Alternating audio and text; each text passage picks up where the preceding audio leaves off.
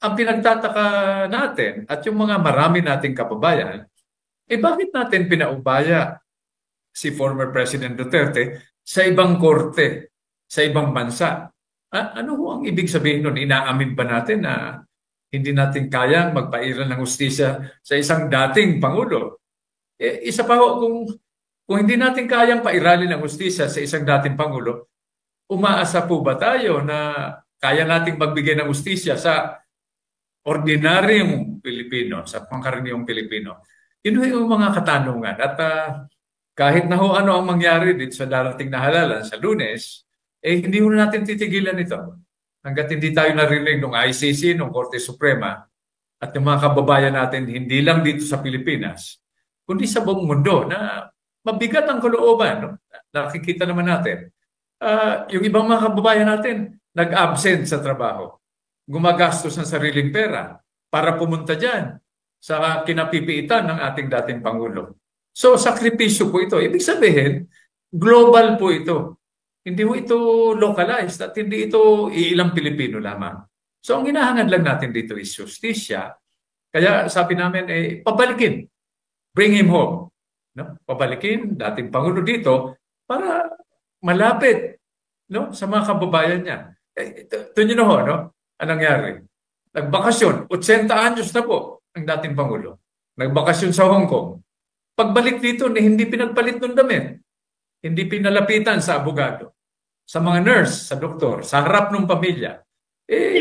Ma'am Harlika, no, Sek Hari, yan ba yung ugaling Pilipino? Yun ang kinasasama ng loob ng ating mga kababayan. Kaya, ito ho kami ngayon, kumukonsulta sa inyo para malaman namin kung anong gagawin natin. Wala ho itong kinalaman sa eleksyon. Manalo, matalo, hindi ho problema yan. Pero kailangan makamit natin yung hustisya, hindi lamang para sa dating Pangulo, kundi yung kasarinlan natin na nakataya rito. Well, Senator, sabi nyo, signature campaign. Kasama ko po ngayon to mga Pilipino dito sa Hamburg, no? Paano po sila makakasapi dito sa signature campaign na ito? Meron ba tayong electronic signature campaign?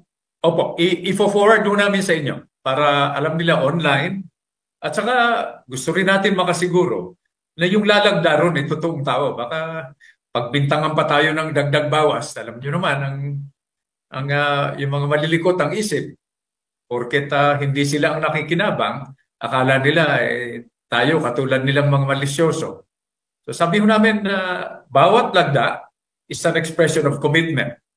At totoong tao itong pumipirma. Hindi ito mga ghost signatures. Yes. Okay. Senator Greg, Opo. thank you, no, dahil kayo ay nanindigan at talagang dinamayan nyo ang Pangulong Duterte sa injustice na ginawa ng kasakulukuyang gobyerno.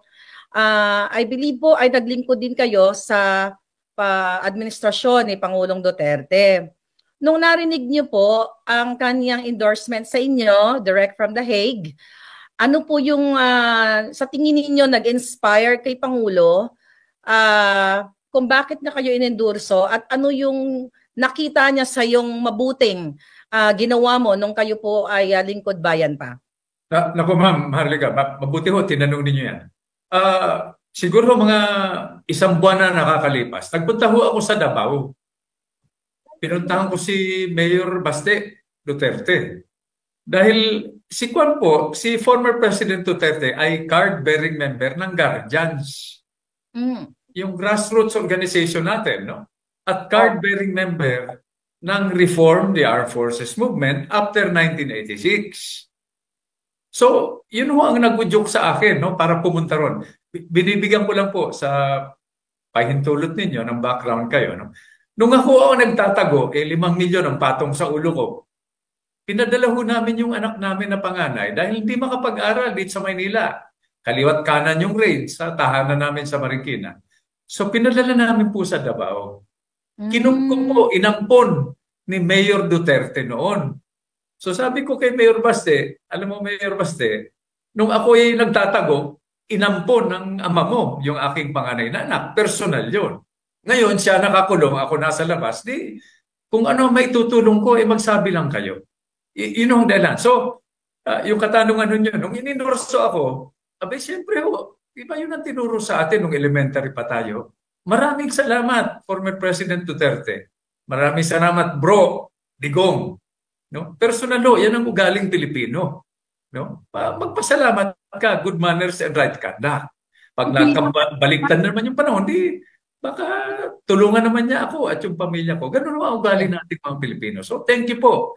In-endorse niyo ako. Malaking bagay yun. No? At tatanawin kong habang buhay na utang na loob sa kanya. Dahil alam niyo naman ho, itong eleksyon ngayon, medyo kapos tayo sa panggasolina. Yung ibang kakompetensya natin, sagana. Baka ho maging patas yung laban. Well, Senator, Harry? pwede ba hong isiwalat nyo anong nangyari at hindi kayo naging kasapi ng PDP-10, no? Dahil nung una, siyempre, hindi sila kompleto, pero kayo po'y tumakbo na hindi sa ilalim ng PDP, no? Pero inendorso siyempre ni Tatay Digong later on. Ano po yung nangyari? Did you really intend na tumakbo kayo as independent? Or kwento niyo po sa amin? Hindi po, Sir Harry, no? Ma'am Harlika. Susukuin ko lang po, no? Naalala ho ninyo yung last presidential election. Kasama ho ako dun sa unit team ni President Marcos at ni VP Inday Sara. Sabi ko, hindi ho ako nag-apply, no?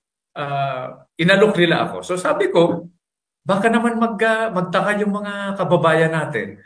Anong ginagawa ni Unasan yan sa unit team ni Marcos? Hindi ba kasama sila 39 years ago dun sa EDSA? Sabi ko, ganito, para gawin nating simple ang usapan.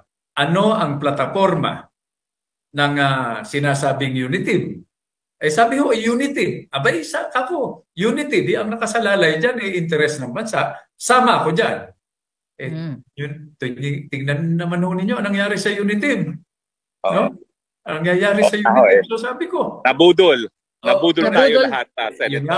Budol. Kayo na nagsabi nun. Ayoko namang personal. Hindi naman ho tayo nag-aanap ng away. No?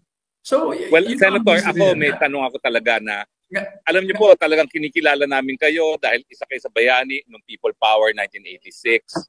At pwede ba sabihin niyo sa amin, meron ba kayo nakikita na parehong mga kondisyon para maulit muli ang 1986, no?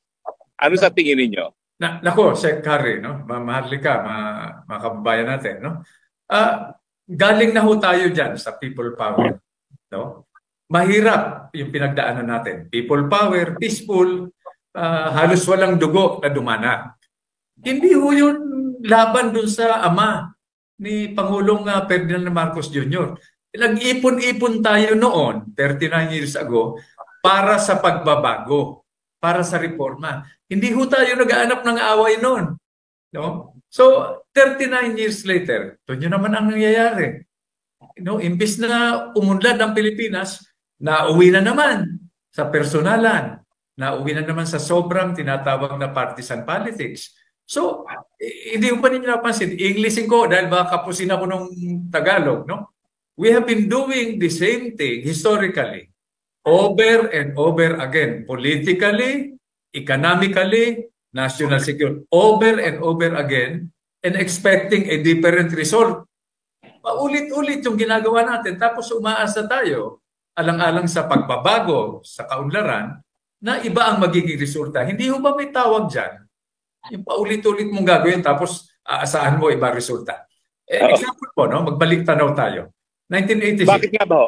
Ano sa tingin nyo? Saan tayo nagkamali? Bakit umulit ang kasaysayan sa panibago na namang Marcos? Anong dapat ginawa natin matapos yung 86 revolution? Yun nga ho sana, Sir Harry, ang ipapaliwanag ko. Di ba 1986 po? Nandun kayo. Di ba? Freedom Constitution. No? Freedom Constitution, revolutionary government to. Ang sitwasyon nun. Ano ang una natin ginawa? Nag-eleksyon tayo. Para bang eleksyon ang solusyon sa lahat nating problema. Sabi ho namin, ang problema hindi tao, yung sistema. Ngayon, balik ko tayo sa katanungan ninyo. Hindi ho ba tayo natuto? Hindi ba natuto yung mga iniluklok natin? So ito ho, self-criticism, Maharlika, no? Sekari, no? Tuwing magpi-people power tayo, pakaluklok natin ng mga bagong halal, bagong luklok ng mga personalidad. Nag-uuwian tayo. Tuwing eleksyon, pakaluklok natin, pakaboto, uwian. Ngayon siguro dapat tutukan natin, no? Itong eleksyon at yung mga darating na araw. Dahil may duda ho kami, may suspetsa kami na ito ay hindi tungkol sa midterm election, kundi tungkol ito sa panguluhan sa 2028. Parang kinakabahan sila siguro. Yung mga may hawak ng kapangyarihan na baka yung ating pangalawang Pangulo ay maging Pangulo. Abay, iba na naman ang sitwasyon. At ang iniiwasan talaga natin yung habulan ng habulan ng habulan at the expense of ano yung mga tunay na problema po, no? Ang tunay na problema, pagkain, pabahay, trabaho, edukasyon, kalusugan. At ngayon, yung tinatawag na the new oil, the new gold, no? Impormasyon, hindi yung marites, ha? Yung, hindi yung fake news. Makatotohanan na impormasyon para bawat isa sa atin, bawat Pilipino, here or abroad, ay makapagdesisyon para sa pamilya nila ng tama. Yun ang hangad natin. Hindi, nagtataka naman ho ako bakit ito na naman, paulit-ulit. Napilitan ho kami magsalita at hindi ho kayo binobola, no? Natuto ho kami sa inyo. Kayo kasi, ang lalakas ng loob ninyo, dapat na talaga magsalita ang mga kabayan natin.